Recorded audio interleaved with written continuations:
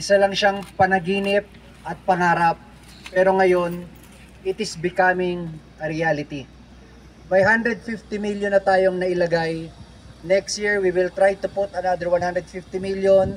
The following year, 150 million kasi mahal itong convention center na to kasi ginawa natin iconic. Hindi lang tayo gumawa ng convention center na mura lang para sabihin may convention center tayo. Ginawa natin to kahit mas mahal siya, kahit paghirapan ko yan ng 3 taong pang pondohan, ginawa natin yan para meron tayong ipagmamalaki na tayong mga taga-Benguet, maganda ang convention center natin. Drop na natin ang capsule, ilang bahan para isang suksok, pasok, isang suksok, pasok, sa kapit, mas kitaputan, ayan na po, pasok na po. So, bago lang po kasi suko, kaya ito pinapit. Nagsirupan po sa ating mga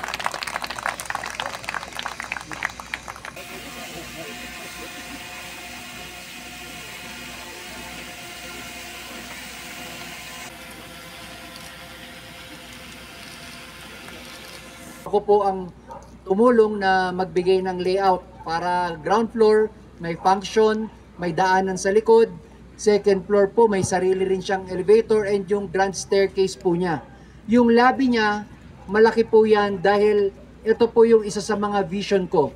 Na kapag natapos yan, pagpasok po ng mga bisita natin sa lobby ng Benguet Convention Center, ang makikita po nila doon ay yung ating mayaman na kultura. Saan ba nagsimula ang Igorot? Sino ba tayo mga taga-Benguet? Ano ba ang mga tribo natin?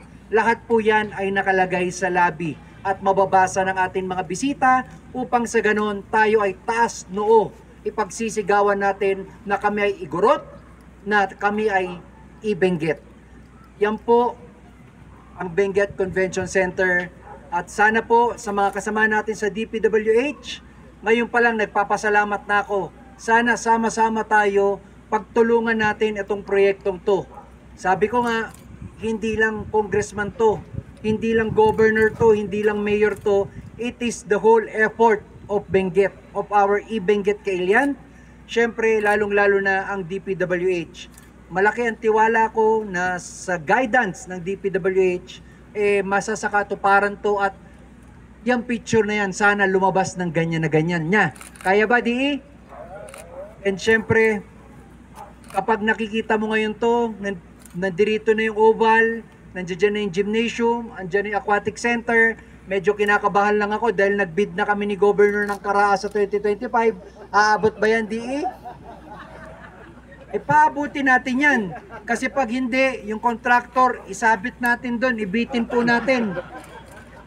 Yan, ibig sabihin, hindi tayo tatanggap ng no para sa answer. By hook or by crook, kailangan matapos ang aquatic center natin kasi we will host the Karaa 2025 to highlight and showcase kung ano na ang meron tayo ngayon sa Benguet.